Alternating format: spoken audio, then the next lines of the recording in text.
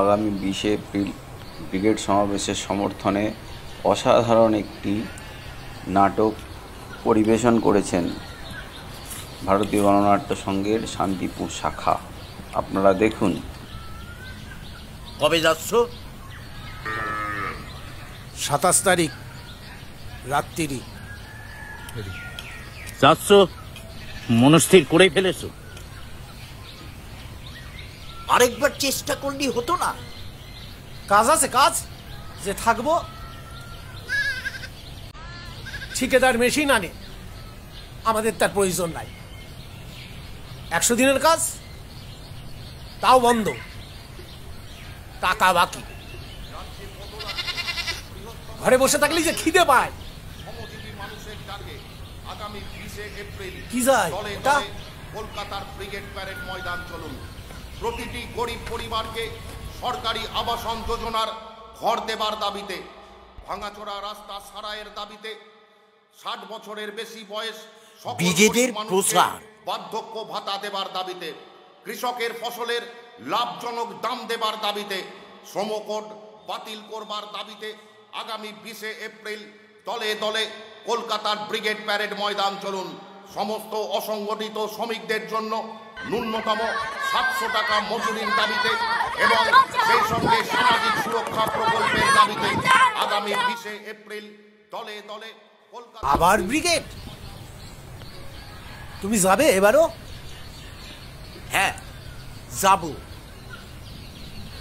কি লাভ এসব করি? লাভ? কে কইবে আমার কথা? ফসলের দাম নাই,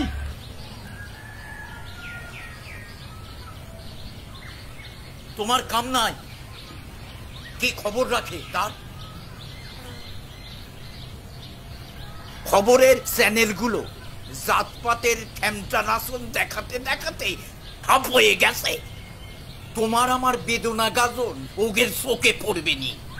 নিজের জন্য যাব, তোমার জন্য যাব।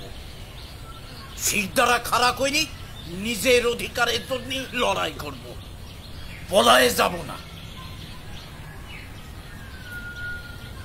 ও মধু ভাই, বলছি ব্রিগেড যেতে ক পয়সা লাগে?